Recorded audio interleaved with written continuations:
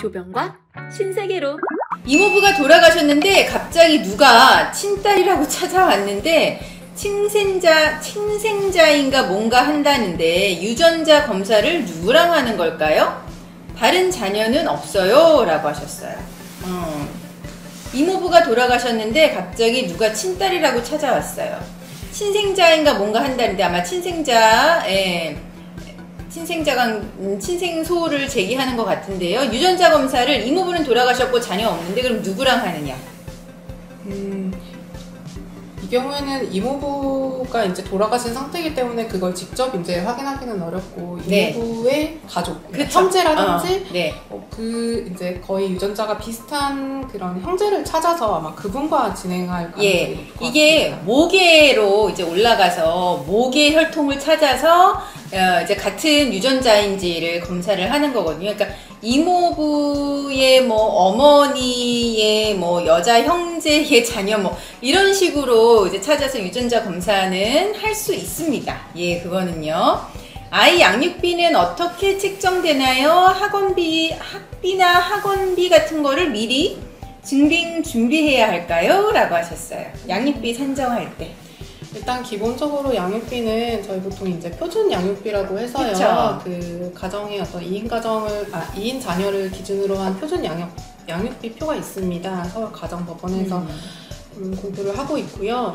거기에 이제 그 엄마와 아빠의 소득 비율을 이제 따져서 엄마와 아빠가 각 부담하는 양육비를 산정을 하게 되는데요. 이 양육비라는 것은 결국 부모의 소득 수준이 높을수록 양육비 부담이 클 것이고요. 그 다음에 뭐 그 외에 또 고려되는 요소는 뭐 아이가 뭐 특수학교나 어떤 교육비 지출이 많은 상황에 있다면 또 교육비 부담 때문에 양육비가 증가할 수는 있고요. 그래서 지금 학비나 학원비 지출에 의해서 양육비가 산정된다기보다는 그 아이가 어떤 받아야 되는 어떤 교육 환경이나 수준에 맞춰서 양육비가 산정된다고 생각하시면 될 것 같아요. 네, 저 처음에 변호사 시작했을 때는요, 이 양육비 산정 기준표라고 하는 게 없었어요. 그래서 양육비 얼마를 받기 위해서 애가 한 달에 뭘 먹었냐, 뭐 소고기 몇 그램, 뭐 야채 얼마, 뭐 학원에 얼마, 무슨 뭐 구몬학습 뭐 온갖 영수증을 다 첨부해서 아이 하나 키우는데 이 정도의 양육비가 든다. 이 정도는 줘야 된다. 이렇게 청구를 했는데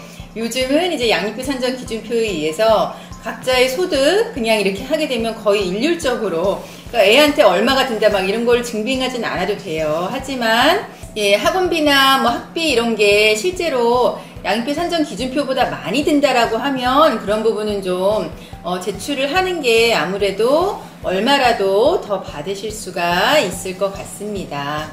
네, 그럼 어떤 사람이 배우자로 좋은 사람일까요? 어떤 사람이 배우자로 좋은 사람일까요? 일단 이것도 제가 이제 가사펌에 있다 보니까 신뢰라는 게 사실 가장 중요한 것 같아요. 그러니까 거짓말을 하지 않는 게 사실 굉장히 심플한 건데도 거짓말 안 하고 게으르면 거짓말은 안 하는데 사람은 좋은데 게을러요. 배우자로 좋을까요? 경제적인 능력도 중요한 것 같고 경제적인 능력. 그러네요. 네, 거짓말하지 않고 돈 많이 벌어요. 근데 다정하지 않아. 그러면은 괜찮은가요? 근데 저희가 다 갖춘 사람은 사실 또 굉장히 찾기가 어렵더라고요. 네, 맞아요. 나에게, 그렇죠. 거짓말 안 하고 돈 잘 벌고 나한테 다정한 사람은 저희 펌에 오지 않습니다. 그죠, 여러분? 네, 다 갖춘 사람은 사실은 없는 거예요. 네. 성격 차이로 소송은 힘든가요? 물건 집어던지고 화나면 상습적으로 욕하는 부분은 소송의 증거가 꼭 있어야 유리한가요? 네, 아무래도 성격 차이는 사실 그 법에서 정하고 있는 재판상 이혼 사유는 아니기 때문에요. 그쵸. 근데 뭐 폭력적이거나 욕설을 하거나 이런 부분은 충분히 이제 이혼 사유가 될 것이고요. 당연히 그것은 이제 구체적인 증거가 있어야 그 제3자인 재판부도 판단을 할 수 있을 거예요. 그래서 지금부터라도 그런 증거를 좀 모아두셔야 되지 않을까. 네. 그리고 물건 집어던지고 폭언하는 거는 재판상 이혼 사유 될 수 있습니다. 그거는 단순한 성격 차이는 아니거든요. 그래서 물건 집어던지면 근데 이제 그런 거 이제 사진을 찍으신다거나 뭐 폭언하면 녹음한다거나 이런 증거는 좀 확보하시는 거는 필요하세요. 이혼하지 않고도 양육비 신청 가능한가요? 신청 기한이 따로 있나요? 라고 하셨어요. 이혼을 하지 않고 양육비를 신청한다는 것이 이제 법원을 통해서 신청을 한다는 그쵸. 이혼하지 않고 아마 별거하는 중에 양육비 청구가 가능하냐 이거를 물으시는 것 같아요. 그러니까 양육비 청구라는 것은 이혼을 그러니까 바탕으로 하여야 이제 비양육자가 부담하여야 되는 의무이기 때문에요. 네, 그렇긴 한데 이제 이혼하지 않고 별거하는 중에도 우리가 부양료 청구라고 하는 거를 할 수가 있거든요. 그래서 부양료 중에 이제 양육비도 이제 포함이 되니까 이혼하지 않고도 하실 수는 있어요. 네, 가능합니다.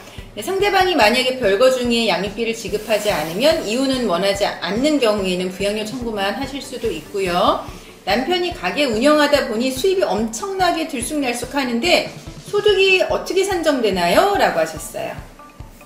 사실 이게 실무적으로도 이제 개인 사업차를 운영하는 경우에 네. 소득을 증명하는 게 조금 어려운 부분들이 항상 있어요. 네. 하지만 그분이 이제 들쑥날쑥 하더라도 수입이 없는 것은 아니고 네. 현실적으로 지급 가능한 어떤 양육비의 산정이 필요한 부분이고요. 이거를 이제 입증하기 위해서 이 사람이 평소에 어느 정도의 고정 지출이 있고 어느 정도를 양육비를 기존에 지급하여 왔는지 이런 부분들을 좀 정리를 해야 될 것 같습니다. 그래서 이제 보통 이제 뭐 시즌을 타는 이제 가게 같은 경우에 뭐 추석 대목, 설 대목, 다른 뭐 수입이 거의 없다 이런 경우에 거의 1년치 소득을 합산을 해서 한 달의 소득을 거의 정하게 되니까요. 이제 그런 식으로 이제 정하시면 됩니다. 보통 직장 다니는 분들도 그냥 기본급 이외에 인센티브 나오는 경우 있잖아요. 그것도 거의 1년을 다 해가지고 이렇게 산정을 하게 됩니다. 이혼할 때 채무, 빚 나눔은 어떻게 되나요? 라고 하셨어요. 채무는 어떻게 나누면 될까요? 이혼할 때?